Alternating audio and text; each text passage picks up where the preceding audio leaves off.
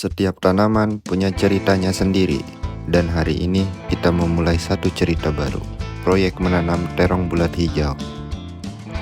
Ini baru permulaan, kita akan lihat bersama bagaimana terong bulat hijau ini tumbuh, berbunga, dan berbuah sampai nanti panen.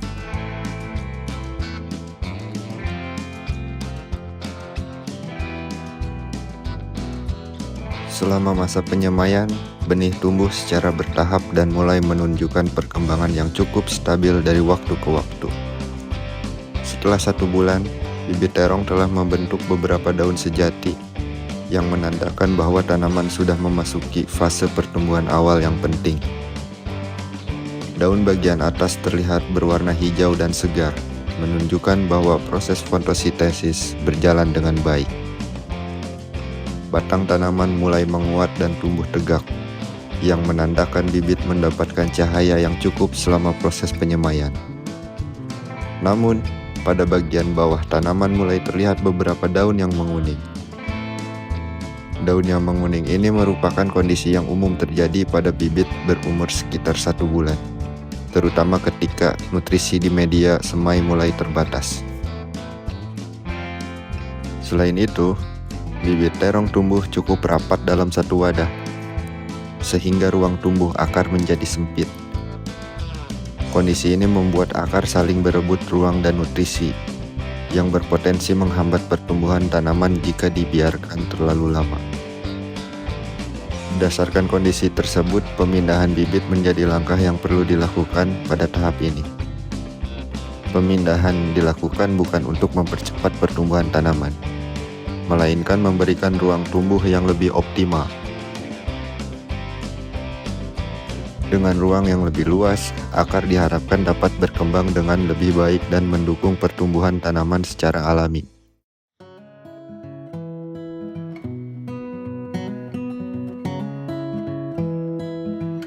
Sebelum proses pemindahan dilakukan, media tanam baru telah disiapkan terlebih dahulu. Media tanam ini dirancang agar memiliki struktur yang gembur, drainase yang baik, serta menyediakan nutrisi bagi tanaman. Media tanam ini merupakan campuran dari tanah, kompos, dan sekam dengan perbandingan 1:1:1.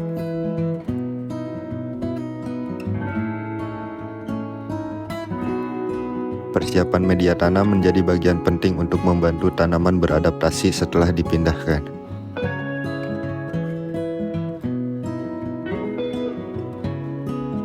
Menanam terong bulat hijau ini akan didokumentasikan secara bertahap dan berkelanjutan.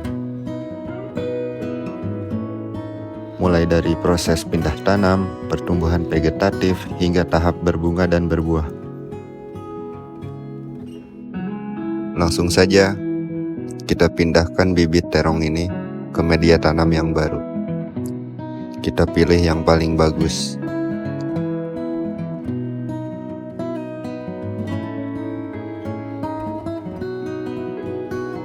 Menurut saya, bibit terong ini tergolong bagus atau masih layak untuk dipindah tanamkan.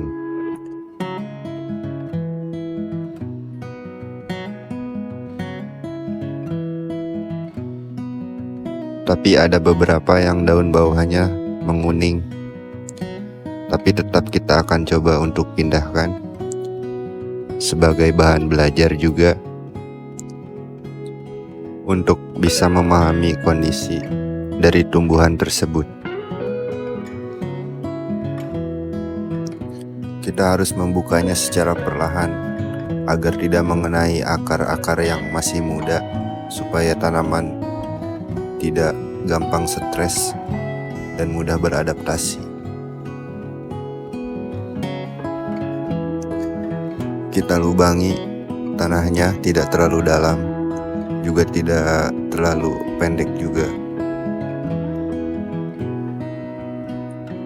Jangan terlalu keras juga menekannya, karena bisa membuat akar mudanya patah di dalam dan gampang membusuk.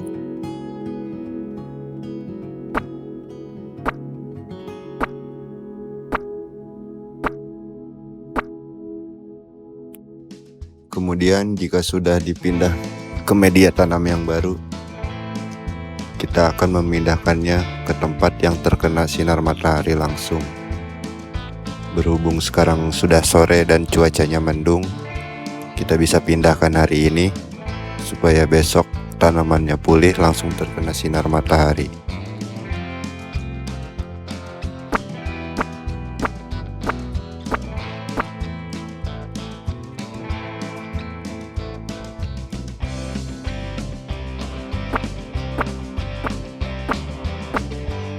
Tanaman terong membutuhkan setidaknya 6 hingga 8 jam sinar matahari langsung setiap harinya agar dapat tumbuh dengan stabil.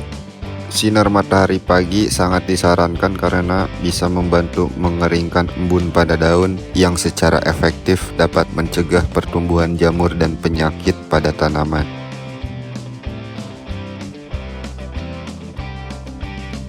Melalui proyek ini, proses menjadi bagian sama pentingnya dengan hasil yang ingin dicapai. Setiap tahap pertumbuhan akan dicatat sebagai bahan pembelajaran dan evaluasi ke depannya. Perjalanan ini diharapkan dapat memberikan gambaran nyata tentang bagaimana tanaman terong tumbuh dari tahap awal hingga menghasilkan buah. Dengan perawatan yang tepat dan kesabaran, setiap tanaman memiliki potensi untuk berkembang secara optimal.